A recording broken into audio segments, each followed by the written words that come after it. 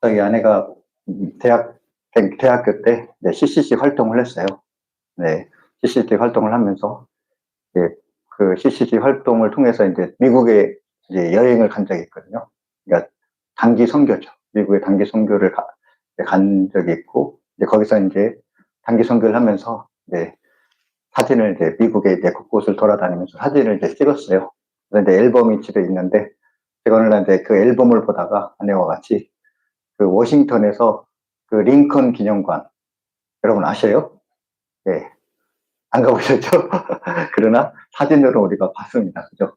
링컨 기념관 아시죠? 링컨 그 동상이 있는 그 건물.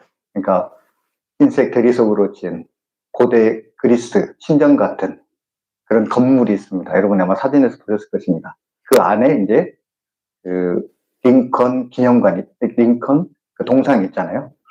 근데 이제 보다가 그 아내가 이렇게 얘기하더라고요. 거기가 이제 텅 비었대요. 링컨 기념관 안이. 그래서 제가 진짜 사진을 보니까 진짜 텅 비었더라고요. 그래서 제가 그 링컨 기념관이 궁금해서 제가 한번 그 조사를 해봤습니다. 보통 이제 우리가 기념관 가면 어떻게 되는 거죠? 네. 그 유적이 많잖아요. 그 사람이 어떻게 살았는지, 어떤 일을 했는지 하면서 그 사람이 썼던 물건들, 그 사람 했던 이제 어떤 행동들 막 다양하게 이제 전시가 되어 있잖아요. 그러면서 우리가 1층 갔다, 2층 갔다, 3층 갔다, 4층 갔다 이렇게 하면서 그런 이제 유물들을 보잖아요.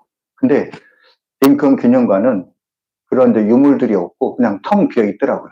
그래서 이게 어떻게 된 건가 하고 찾아봤더니 그 진짜 텅 비어 있고 근데 자세히 보니까 그 벽면에 어떤 글씨 같은 게 써 있더라고요.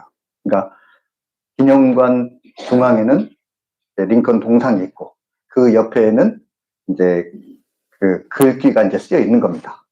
그 글귀가 무슨 글씨인가 제가 찾아봤는데 그 글씨가 그 유명한 그 링컨이 게티스버그에서 행한 그 연설, 그, 그 민주주의에 대한 그런 이제 정의, 요 게티스버그 연설문이 거기에 이제 쓰여 있더라고요. 그러면서 이제 이 링컨이 그 당시에 그 전몰자들, 남북전쟁에서 죽은 그 군인들의 그 헌신을 기억하면서, 그러니까 그 연설문의 내용은 뭐냐면, 그 군인들의 그 죽음을 우리가 기억하고, 그 군인들의 죽음이 헛되지 않게, 우리가 이 세상에 민주정부를 이제 구성하자 하면서 이제 그러한 내용을 이야기하면서 이런 이제 유명한 이 연설을 하게 됩니다. 근데 이제 그 내용이 이제 거기에 딱 이제 새겨져 있는 거죠. 그러면서 제가 느낀 게 있습니다. 그래. 링컨 기념관 하면은 여러분 우리가 뭘 기억해야겠습니까? 네, 그 사람의 그 링컨의 사상, 그죠? 링컨의 생각. 이것이 우리가 발견한 그게 중요한 거잖아요. 근데 여러분, 만약에 그 기념관 안에 링컨이 신었던 신발이 있었다고 합시다. 링컨이 썼던 책상이 있었다고 합시다. 그러면 사람들은 어떨까요? 네. 야, 이게 링컨이 신었던 신발이래. 링컨이 썼던 책상이래. 소재래. 우리는 이렇게 생각하지 않겠습니까? 근데 제가 그 기념관을 보면서, 참, 정말 기념관다운 기념관이다 하는 걸 이제 느꼈습니다. 왜냐하면 본질이 중요한 거잖아요. 그 사람의 생각과 그 사람의 철학이 중요하지, 그 사람이 썼던 물건, 이런 게 중요한 게 아니잖아요. 여러분, 신앙도 마찬가지다라는 것입니다. 신앙에 본질이 있고 비본질적인 것이 있다라는 거죠. 근데 여러분, 비본질적인 것이 본질을 가리면 안 된다라는 거죠. 근데 여러분, 우리가 신앙생활하면서 많은 우를 범하는 게 바로 이 비본질적인 것이 본질을 가릴 때가 있다라는 것입니다. 그리고 우리는 이 비본질적인 것에 더 매달리고 그것에 열광을 한다라는 거죠. 우리 장로교회를 개혁교회라고 합니다. 우리 장로교회를 개혁교회라고 하는데 여러분, 왜 우리 장로교회가 개혁교회가 되었습니까? 그것은 그 종교개혁 당시에 이 종교 개혁을 주도했던 이 깔뱅에 의해서 우리 장로교가 탄생이 되었습니다. 근데 여러분, 그 종교 개혁이 일어날 수밖에 없었던 이유가 있었다라는 거죠. 왜냐하면 당시에 이제 카톨릭이죠. 당시에 그 카톨릭이 신앙의 본질을 잃어버렸다라는 거죠. 그리고 비본질적인 것이 너무 마치 이것이 본질적인 것이냐 이제 포장이 되었다라는 것입니다. 그렇기 때문에 종교 개혁자들은 신앙의 본질을 찾고 싶었던 것이죠. 루터가 1517년 10월 30일에 이 비텐베르그 성당 앞에 95개조 반복문을 이제 거기다 겁니다. 그러면서 이제 종교 개혁이 이제 시작이 되는데, 이 비텐베르그 이 성당에는 당시에 비텐베르그의 이 성주였던 프리드리가 이 비텐베르그 성당의 성물, 그러니까 성물을 모았는데, 여러분 성물 아시죠? 예. 예수님께서 십자가에 못 박힐 당시에 예수님을 못 박았던 못, 예수님이 십자가에 못 박혔을 때 그 전에 그 입고 있었던 옷, 예수님의 피를 닦았던 이런 수건들, 이런 것들이 성물이잖아요. 뿐만 아니라 이제 성인과 관련된 것들. 이러한 성물이, 그러니까 종교개혁이 일어나기 전이었던 1510년대에는 무려 5천 개였다고 합니다. 그런데 이 베텐베르그의 이 전시관에 1518년경에는 무려 1만 9천 개였다고 합니다. 그러니까 이 성당들이 어떤 일을 했냐면 각 성당들이 성물들을 모았다라는 거죠. 그리고 여러분, 그 성물들을 모으는 것을 떠나서 이 성물들을 보고 기도하면 수천 년의 연옥 형벌이 감해진다라고 이렇게 홍보를 했다고 합니다. 여러분, 지옥에서 그 형벌이 감해지는 것이 그 성물들을 보고 전시하는 것, 전시물들을 보는 것, 이런 것을 통해서 그 연옥에서의 그 고통이 감해진다라는 거죠. 여러분, 이게 말이 됩니까? 네, 말이 안 되는 거죠. 근데 당시 사람들은 그것이 마치 진짜인 것처럼 생각을 했다라는 것입니다. 그래서 이 종교 개혁자들은 그 당시 안에 있는 모든 성화들, 그리고 모든 우상들을 다 제거해버린 거죠. 그래서 여러분, 이제 우리 개신교, 개혁교회의 이 건물 안에, 이 예배당 안에 남은 것은 무엇입니까? 네, 십자가잖아요. 그리고 그 모든 그런 이 우상들, 이 성물들을 다 제거해버리고 그들은 말씀과 성경, 그리고 성례전, 세례 성찬만이 이 성전에 있어야 된다고 이렇게 주장을 했던 것이죠. 그러면서 이 종교개혁은 이 구원이 성물이 아니라 말씀과 그리스도를 통해서 이루어진다라는 것을 그들은 강조를 했다라는 거죠. 그렇잖아요.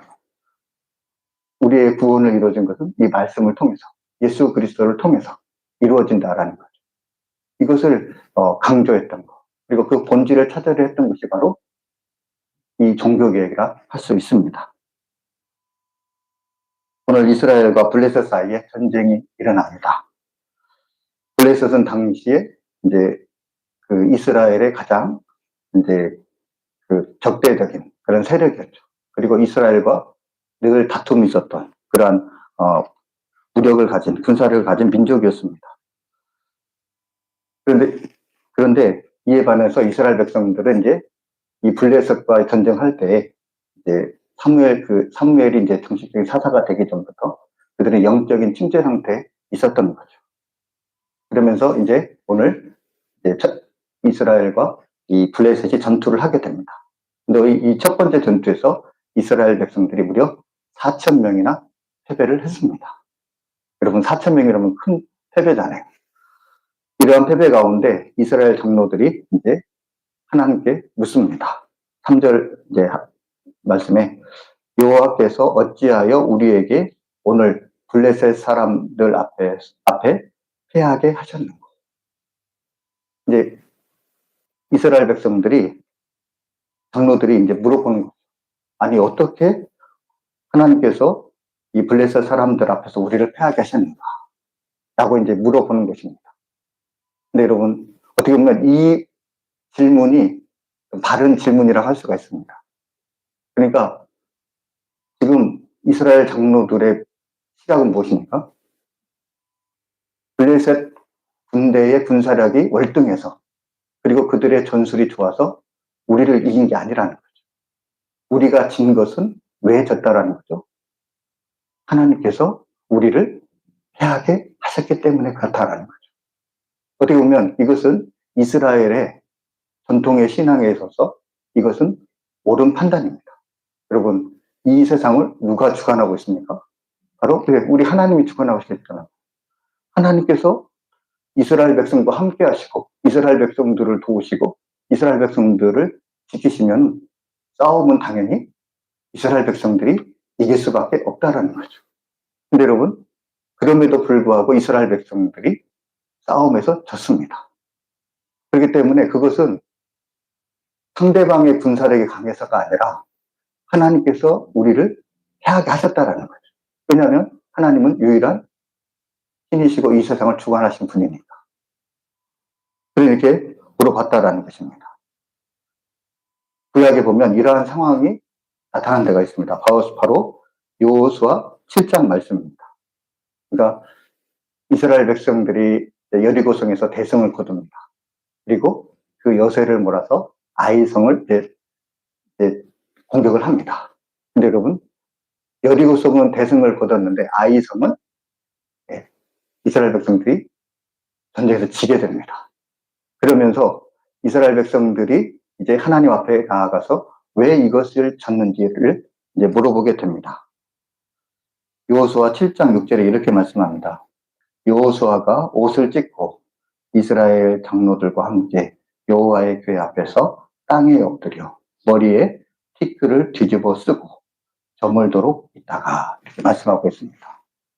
그러니까 여호수아가 옷을 찢었다라는 것입니다. 이 옷을 찢었다라는 것은 깊은 슬픔과 회개를 상징합니다. 그리고 여호와의 궤 앞에서 나갔다고 합니다. 이것은 단순히 슬퍼하는 것이 아니라 그것은 하나님의 임재 앞에서 그들이 이것을 슬퍼하고 이 깊은 회개를 드렸다라는 것입니다. 그리고 그들이 땅에 엎드렸습니다. 이것은 완전한 항복과 낮아짐을 말합니다. 그리고 그들이 날이 저물도록 그들이 그렇게 했다라는 거죠. 날이 저물도록 했다라는 것은 그냥 어떤 그들의 그런 회개, 그들의 낮아짐, 그들의 슬픔이 단순히 어떤 형식적인 것이 아니라 진짜로 그 늦게까지 일을 했다라는 것을 보여주는 것이라는 것입니다. 그래서 진짜로 왜 이 여호수아 당시의 아이성 전투를 통해서 이스라엘 백성들은 왜 그들이 그렇게 됐는지에 대해서 하나님께 진심으로 나갔다라는 거죠. 그럴 때 하나님께서 여호수아 7장 11절에 이렇게 말씀하십니다. 이스라엘이 범죄하여 내가 그들에게 명령한 나의 언약을 어겼으며 또한 그들이 온전히 바친 물건을 가져다가 도둑질하며 속이고 그것을 그들의 물건들 가운데 두었느니라 말씀합니다. 그러니까 하나님께서 이스라엘 백성들의 진심 어린 회개와 정말 진심 어린 그 하나님의 응답을 구하는 가운데 그들에게 하나님께서 응답을 주시는 거죠. 그것은 바로 그들의 죄악이 있다라는 것입니다. 그 죄악이 무엇입니까? 바로 아간이 여리고와의 그 전투에서 훔친 물건이 있다라는 거죠. 금과 은과 외투 이런 것들이 훔쳐서 하나님께서 이것에 대해서 말씀을 하십니다. 하나님의 대답을 들은 이스라엘 백성들 어떻습니까? 아간을 처리합니다. 아간뿐만 아니라 그의 가족들 그리고 그의 모든 소유들 다 돌로 치고 다 땅에 묻어버리는 거죠. 이처럼 그들이 철저히 회개했을 때 하나님께서 다시 그들과 함께 하시며 그들에게 승리를 주셨습니다. 이스라엘 장로들 이처럼 그들이 왜 하나님께서 우리를 패하게 하셨는가? 그 질문은 맞는 거죠. 근데 여러분, 그들의 응답은 뭐야겠습니까? 바로 하나님 앞에 자신들의 죄를 회개하며 그들이 불순종한 것을 돌이키는 것. 그것이 그들이 행해야 되었어야 할 행동이었습니다. 그러나 그들이 어떻게 했습니까? 사무엘상 4장 3절 말씀에 여호와의 언약궤를 실로에서 우리에게로 가져다가 우리 중에 있게 하여 그것으로 우리를 우리 원수들의 손에서 구원하게 하자 말씀합니다. 그러니까 지금 여호수아 7장에서 나온 것처럼 진실로 옷을 찢고 슬픔을 드러내면서 회개하며 하나님께 돌이킨 것이 아니라 그들이 한 것은 바로 이 언약궤를 우리의 이 진영 가운데로 가지고 오자라는 것입니다. 그러면서 그들이 이 언약궤를 이 전쟁의 진중에 가져옵니다. 그러면서 이 언약궤가 도착했을 때 진중이 큰 함성을 이제 울려 퍼지게 됩니다. 여러분, 이 이스라엘 백성들의 그 함성, 어떤 함성입니까? 그들의 함성은 회개의 함성이 아니었습니다. 하나님의 뜻을 따르고자 하는 그런 함성이 아니었습니다.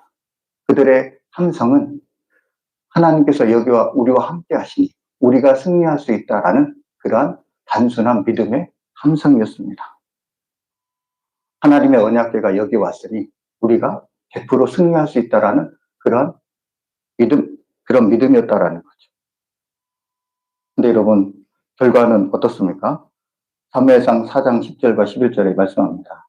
블레셋 사람들이 쳤더니 이스라엘이 패하여 각기 장막으로 도망하였고 사륙이 심히 커서 이스라엘 보병에 엎드린 자가 3만 명이었으며 하나님의 궤는 빼앗겼고 엘리의 두 아들 홈니와 비느하스는 죽임을 당하였더라 말씀합니다. 여러분, 이 언약궤라는 것은 하나님의 임재가 있는 것입니다. 당연히 승리해야 되고 당연히 그들도 승리할 줄로 믿었습니다. 근데 여러분, 왜 이스라엘 백성들이 왜 이처럼 처참한 패배를 당했습니까? 사무엘상 4장 8, 9절 말씀해 보면은 이 블레셋 사람들의 반응이 나옵니다. 우리에게 화로다. 누가 우리를 이 능한 신들의 손에서 건지리요. 그들은 광야에서 여러 가지 재앙으로 애굽을 친 신들이니라. 너희 블레셋 사람들아 강하게 되며 대장부가 되라. 너희가 히브리 사람의 종이 되기를 그들이 너희 종이 되었던 것 같이 되지 말고 대장부 같이 되어 싸우라 하고 이렇게 말씀합니다. 이 블레셋 사람들의 고백처럼 그들은 전능하신 하나님, 애굽의 10가지 재앙을 내리신 그 하나님과 지금 싸우고 있는 것입니다. 그리고 그들이 다짐한 게 무엇입니까? 대장부가 되자. 남자가 되자는 거죠. 하나님과 남자들이 싸우고 있습니다. 인간들이 싸우고 있습니다. 그러니까 여러분 어떻습니까? 100% 전능하신 하나님이 이겨야 되는 거죠. 그런데 여러분 100% 전능하신 하나님이 이기지 못했다라는 것입니다. 왜 그렇습니까? 이스라엘 백성들은 이 언약궤를 마치 미신처럼 사용했다라는 거죠. 이 언약궤가 있으면 하나님께서 이 언약궤를 통해서 역사하실 거라는 그 단순한 믿음, 진정한 믿음이 아니죠. 그런 미신적인 믿음이 그들 가운데 있었다라는 것입니다. 그들은 하나님의 말씀대로 살지 못했습니다. 그들은 영적인 둔감함 가운데 있었습니다. 그러나 그들이 보인 반응은 하나님에 대한 이런 하나님의 뜻대로 살지 못한 반응이 아니라 언약궤만 있으면 승리할 거라는 그런 이 미신적인 믿음을 가지고 그들은 이 싸움에 임했던 것입니다.